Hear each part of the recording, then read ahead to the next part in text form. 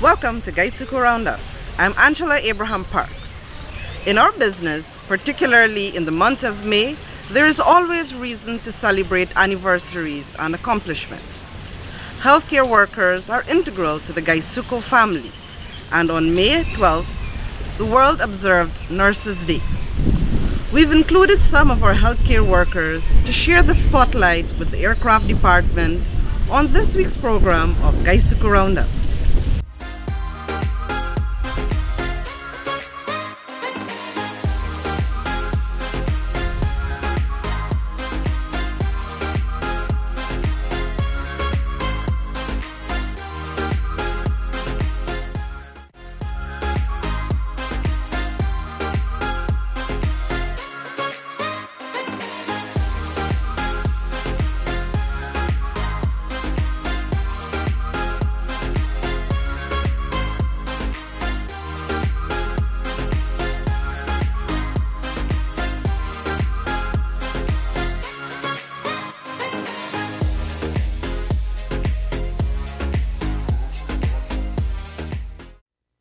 From the very land that gave sugar around the world the name Demerara comes the finest quality of cane sugar, Demerara Gold.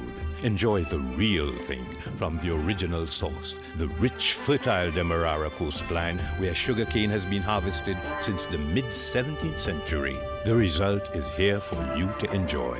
Wherever this unique sugar flavor is needed, Demerara Gold is the ingredient that will always create a stir.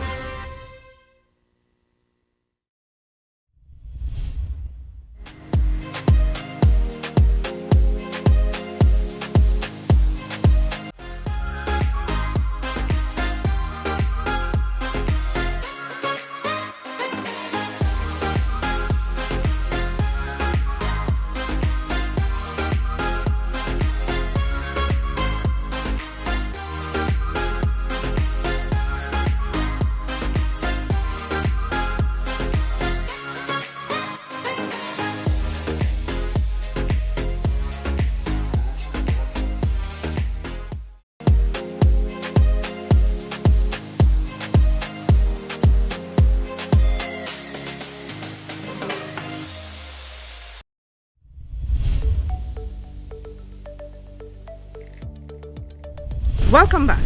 Last week we spent some time observing the effects of change at the Guysuco Training Center, which came into existence in May 1957.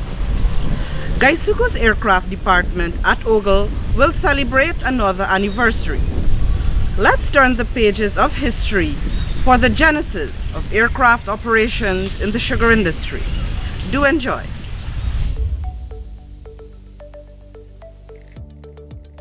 The Guysuco Aircraft Department started in the 1950s, and since then we have been an integral part of the operations of the Agriculture Department within Guysuco.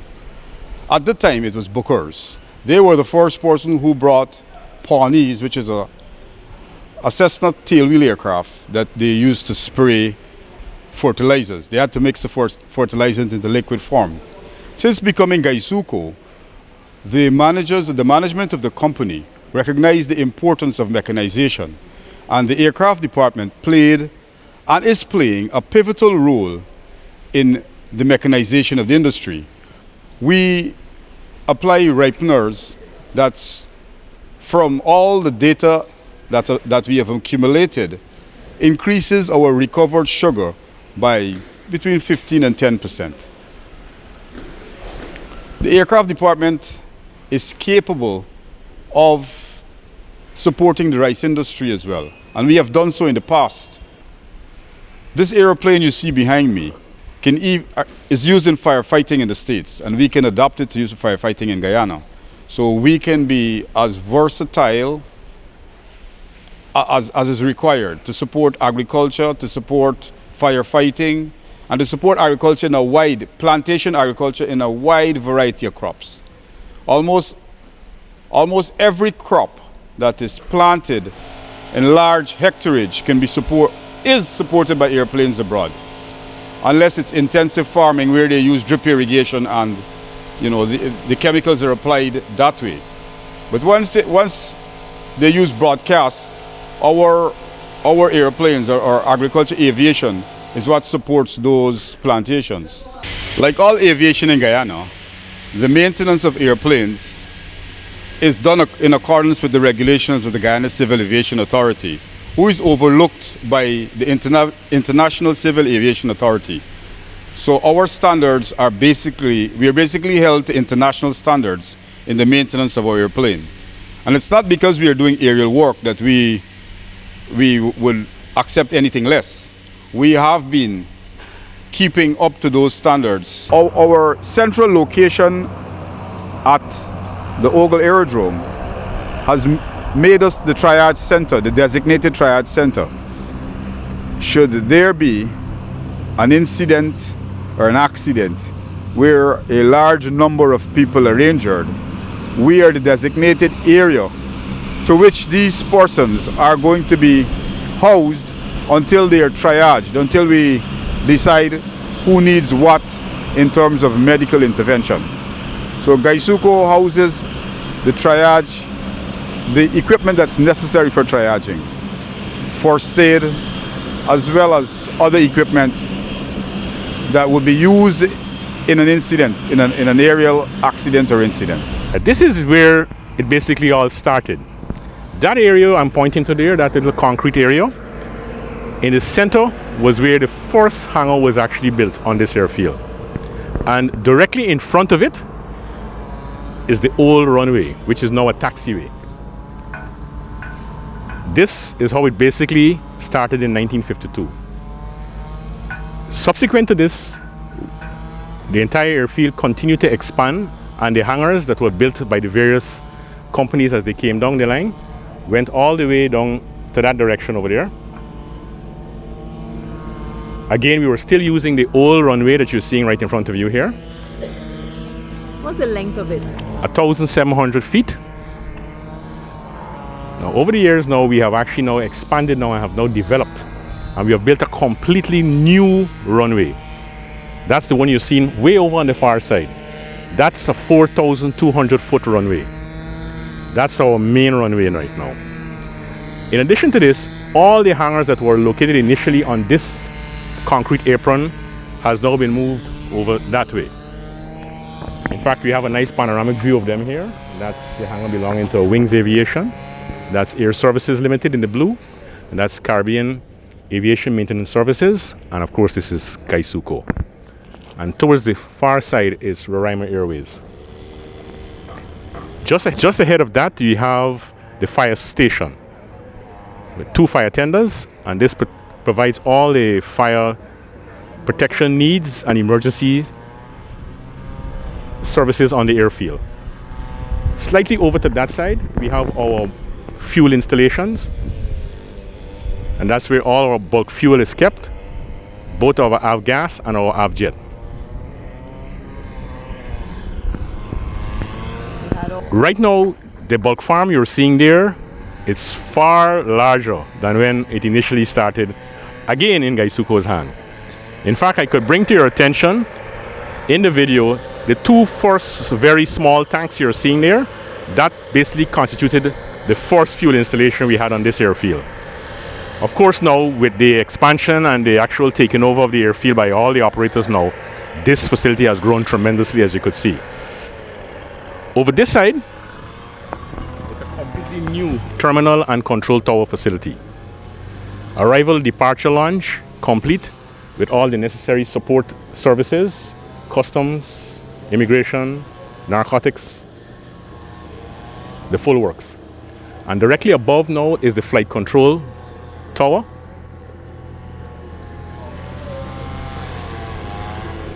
Most of this work took place in the 2000s.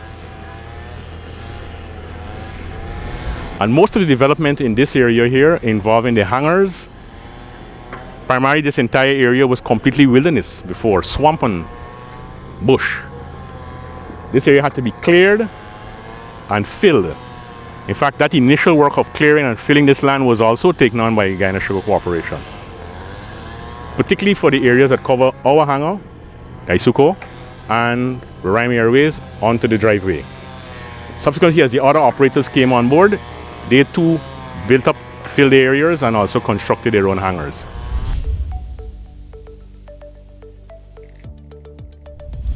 On this side of the program, we salute nurses and midwives in Guysuco, having observed International Nurses Day on May 12th. In 2018, in the drive for excellence, the corporation partnered with the Ministry of Public Health to boost the level of training these professionals need in mental health. Welcome to the graduation ceremony for the training on brief intervention for alcohol and substance abuse.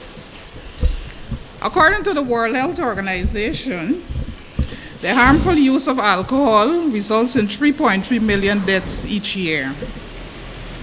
On average, every person in the world aged 15 years or older drinks 6.2 liters of pure alcohol per year. Less than half of the population actually drinks alcohol, and this means that those who do drink consume an average of 17 liters of pure alcohol annually. At least 15.3 million persons have drug use disorders. 5.9% of all global deaths in 2012 were attributable to alcohol consumption. A quarter of this consumption was unrecorded, and that means that persons do not truly know the real magnitude of drinking. Tobacco kills up to half of its users, and 7 million people each year died from tobacco use, and more than 6 million of those deaths are the result of direct tobacco use, while around 890,000 are the result of non-smokers being exposed to secondhand smoke. So alcohol and substance misuse is a serious public health problem. Of course, we all read about the ill effects of alcohol and substance misuse. We learn about it in our trainings, and those of us who are out in the fields know intimately about the devastating effects to individuals and the community at large, and the helplessness one feels when a productive life is lost and we could not intervene enough to prevent it. We all know about the liver disease, the oral and gastrointestinal cancers, the pancreatic diseases, the cardiomyopathies attributed to alcohol, and the mental illnesses associated with alcohol, marijuana, and cocaine, to name a few. The social effects are also enormous. The domestic abuse, the fights, the road accidents, and the resulting loss of life and limb. Damage to interpersonal relationships, problems on the job, loss of income, dysfunctional children, and the feelings of fear, anger, hurt, abandonment, and embarrassment experienced by family members. The urgency of interventions for alcohol and substance abuse was brought home to the mental health unit when in July 2017 we piloted our self-harm surveillance project. When we did our project, more than 70% of the persons indulging in self-harm came from dysfunctional homes where alcohol and substance abuse was an issue. This was especially true for alcohol. It was therefore clear to us that we could not effectively address our self-harm suicide problem without addressing alcohol and substance abuse. Primary care workers are in strategic positions to identify and intervene with patients or clients whose substance use is hazardous or harmful. They work with preventative activities, health fairs, outreaches, immunizations, hypertension, diabetes, and pregnancy, among other things, bring them into contact with more than 70% of the population. They therefore have the opportunity to intervene at an early stage before serious substance-related problems develop, and to channel those who have serious substance-related problems to the necessary interventions for that level of disease. So the mental health unit is hoping that you will put this training to good use and intervene as necessary on behalf of the nation. My name is Madhuri Ryan. I'm 56 years of age. I'm working with Guysuco for 27 plus years. I first started my job at LBI as a nurse aide. I like nursing, and this is the reason why I choose to become a nurse. To choose a job, I went to do nursing as a nurse aide. I would go to St. John Ambulance, the first aid home in Iveri to do the Red Cross. I had some few certificates like care of the elderly and other first aid certificates, and I went to they had a vacancy at LBI, and I chose to go there. So there where I was employed. After that, I decided that I need to elevate myself, and I applied to do the nursing training, which was in 1990 at the public hospital. There is where I do the nursing assistance program. I came from a family of 7 brothers and sisters, 6 girls and 1 boy. From there you learn to share love, you learn to take care of your family and extend it to the community. And in my spare time, I will go to visit relatives who are sick. I would go do, like if I have to go to do shopping, and if somebody is sick, they will call me just, to advise them or whatever. I go to church on Sundays. My greatest achievement is because I'm able to accomplish. I got married while working with Guysuco. I have a job with Guysuco, and I'm able to elevate myself. My name is Melix Corinne Watts, attached to Blairmont Dispensary, Primary Health Center. Myself and the health and safety officer went to several times and educated the workforce about the disease before the disease had even entered Guyana. But after the disease had entered Guyana, and we know about the social distance, we have to limit our health talk. But we started practicing at the primary health care center. We would distance our staff, and also as soon as the staff enter the compound, we encourage them to wash their hands and monitor them with certain conditions and allowing them not to group together. We have done, we educate all of our workers. So the workers at Blairmont Estate know exactly if they have the signs and symptoms, what they need to do. They know that they have to call the hotlines, because we have also issued the numbers to them, and the numbers are placed at several areas so they can quickly get the hotline number. And if some of them also come in and say that they call the hotline and they get some assistance from the hotline with the signs and symptoms that show. Here are the iFlood Primary Healthcare Center, iFlood Estate, Guysuco. I am Dr. Swami, Estate Medical Officer. On my right, I have Medics Maria Jeffers. To her left, we have Nurse Aromi Sample, staff nurse. And to her left, we have Nurse Sinclair, our practical nurse. We want to ensure that our staff are safe, and our patients as well as our family and the community. So we've made some changes that includes and begins at the gate, where the watchman or the security, they show the patients to the sink, where we have the sink here, and the sign, we have a notice here that instruct them to go to the sink, have their hands washed, and then go to the bench where they sit and wait until the nurse would come to them.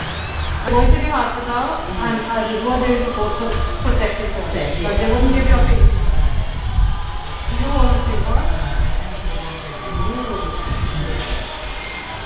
The easiest way out that you can just do something to assist yourself. Okay. It means that when you go to the hospital, grandfather going to? No, grandpa didn't go. Okay. We go Minimal forces, right?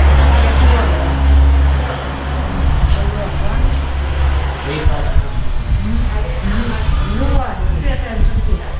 So hold the paper like this. And hold it like this. Yeah. Not the public here. Freeze it.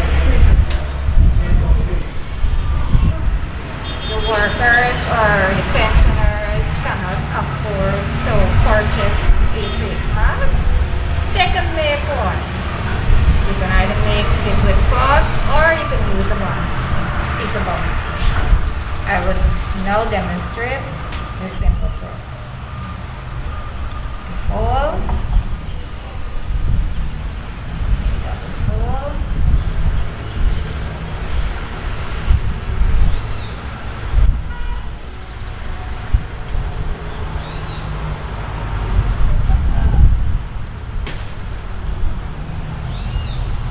And then you get 2 rubber bands. One on either side.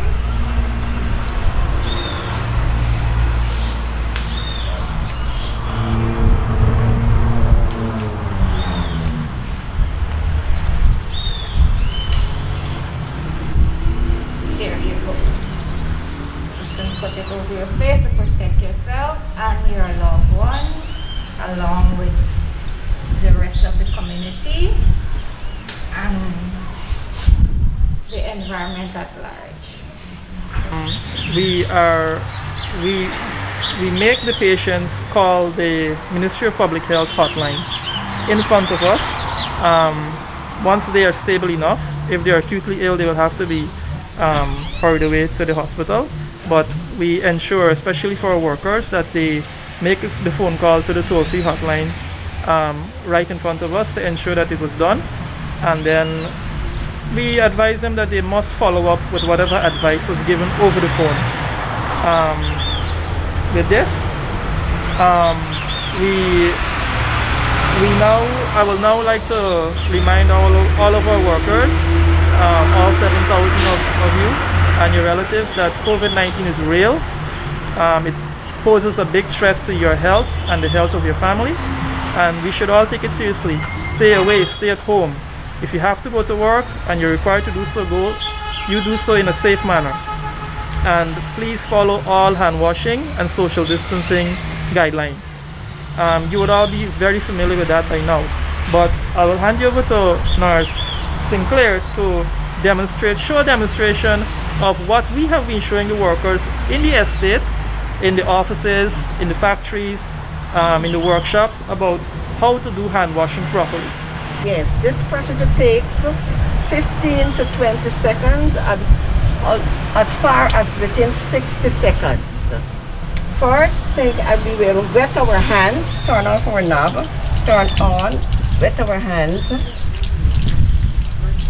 turn off the pipe, get to our soap liquid, and we start washing. We put our hands together, ensure that the soap is enough at all surface of our hands. Then we come to the back, interlock our fingers, rubbing, vice versa. Then we go inside, put the 2 palms together, interlock the fingers, rub.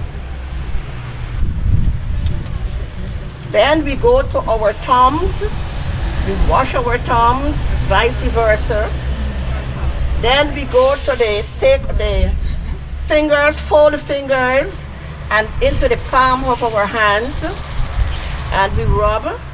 At the back, we rub, vice versa. Then we take our thumb and we rub in the palm of our hands. We do our fingers into the palm, wash our fingers, rub. Then we go to the wrists. And we wash our ribs, rub our ribs, wrist, both wrist, we rub. Then we go back to the pipe, turn on the knob, and then we wash off the soap. When we finish washing off the soap,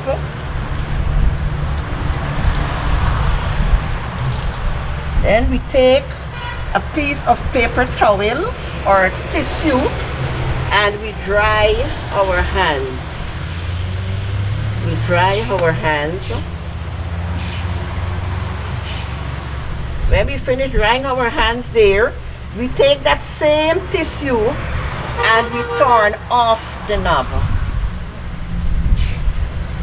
After that, we take the tissue and we throw it into a cover bin.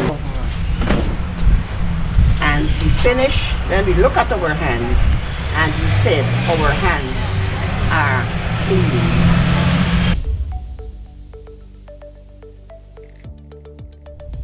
And with that, we've come to the end of this week's program of Guysuco Round Up.